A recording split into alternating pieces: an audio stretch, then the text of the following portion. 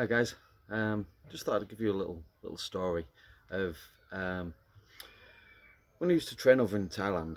I didn't I didn't speak much Thai, and my trainers didn't speak much English. Um, so the only feedback that I was getting was a thumbs up or a look of disgust. Um, and we didn't have the vocabulary to understand the the nuances of twisting on your standing leg a little bit more, turning that hip over a little bit when you kick in, or pushing your hip into the knee, or whatever. Um,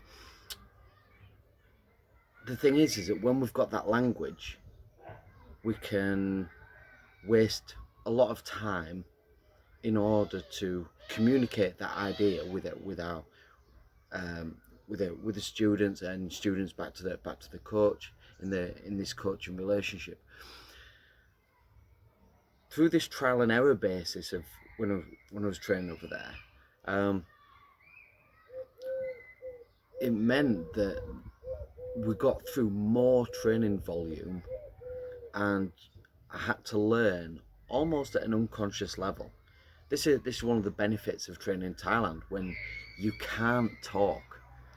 Okay, you can't talk to your trainers and stuff like that, because a lot of the time they don't have the the the English vocabulary, I dare say that you don't have enough vocabulary in Thai. So probably one of the biggest things that we can say is just get through as many reps as possible, get through as many repetitions of the technique as possible, and then you'll learn a lot as you go along the way. This part of the coaching process, facilitating an opportunity to get through as many repetitions as possible.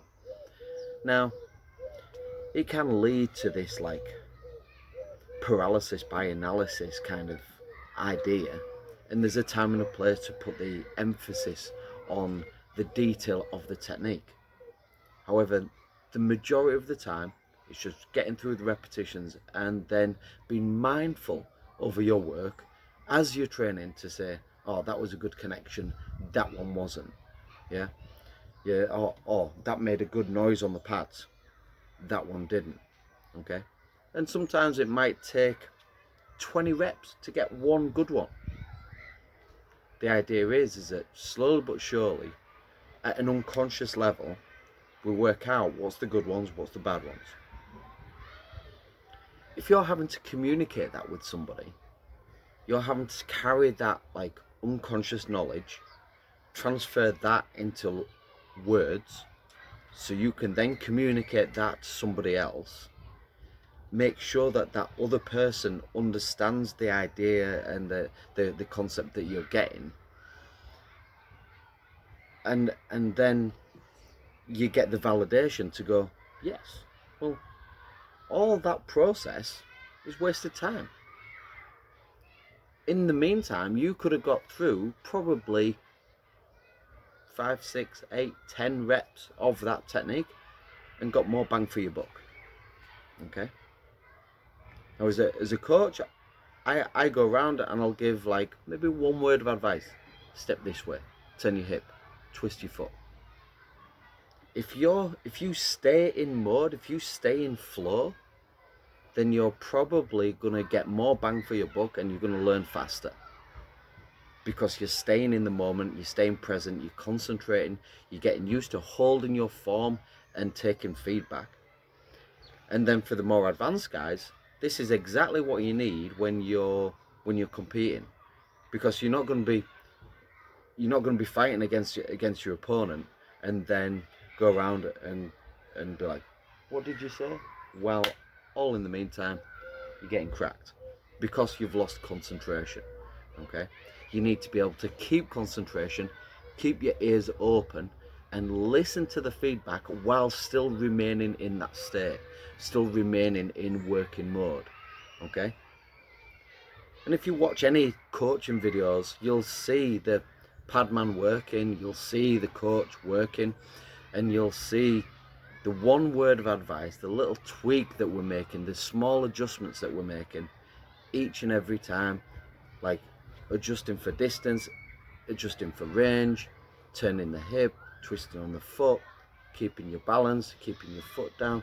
There's all these little cues that come into play.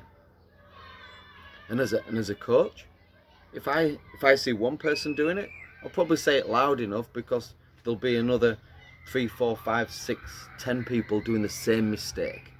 Okay? You aren't unique, everybody's learning. So this is why I'm trying to have this conversation now, so that I'm not wasting too much time in classes.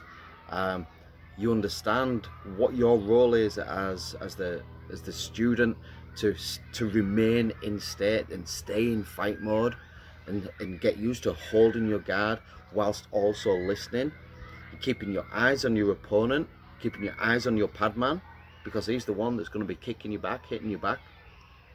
I'm just that little voice in the back of your head. I'm just that little voice at the side that's saying, twist more. Yeah? That's where coaching happens. Okay? Now, yes, okay, there's a time and a place when we're first starting out that these things need to be broken down into kind of implicit learning points. Okay? And as you can tell from this video, I like to talk anyway, so sometimes people suck me in. But this is my learning as a coach, and if you want to learn faster, you'll stay in state. Okay? So this is our relationship. This is it. This is where we work. Okay?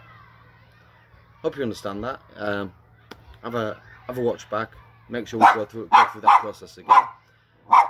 I've got the dog disturbing me now, so I'll leave you with that, Gem. All right.